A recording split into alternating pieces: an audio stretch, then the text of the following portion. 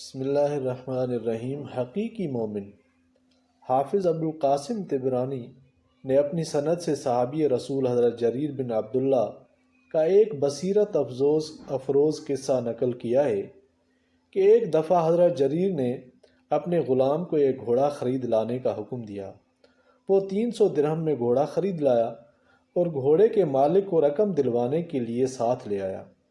حضرت جریر رضی اللہ تعالیٰ عنہ کو طے شدہ دام بھی بتلائے گئے اور گھوڑا بھی پیش کر دیا گیا۔ آپ رضی اللہ تعالیٰ عنہ نے اندازہ کیا کہ گھوڑے کی قیمت 300 درہم سے کہیں زائد ہے۔ چنانچہ آپ رضی اللہ تعالیٰ عنہ نے گھوڑے کے مالک سے کہا کہ آپ کا یہ گھوڑا 300 درہم سے زائد قیمت کا ہے، کیا آپ 400 درہم میں فروخت کریں گے؟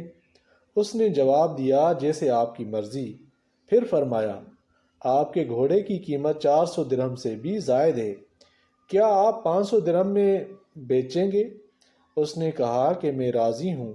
اسی طرح حضرت جریر رضی اللہ تعالیٰ عنہ گھوڑے کی قیمت میں 100 درہم کی زیادتی کرتے چلے گئے۔ بالآخر 800 درہم میں گھوڑا خرید لیا اور رقم مالک کے حوالے کر دی۔ آپ رضی اللہ تعالیٰ عنہ سے سوال کیا گیا کہ جب مالک 300 درہم پر راضی تھا، آپ نے اسے 800 درہم دے کر اپنا نقصان کیوں مول لیا؟ آپ رضی اللہ تعالیٰ عنہ نے جواب دیا کہ گھوڑے کے مالک کو قیمت کا صحیح اندازہ نہیں تھا، میں نے خیر خواہی کرتے ہوئے اس کو پوری قیمت ادا کی ہے، کیونکہ میں نے نبی کریم صلی اللہ علیہ وسلم کے ساتھ وعدہ کیا تھا کہ ہمیشہ ہر مسلمان کی خیر خواہی کروں گا۔ میں نے اس وعدے کا ایفا کیا ہے۔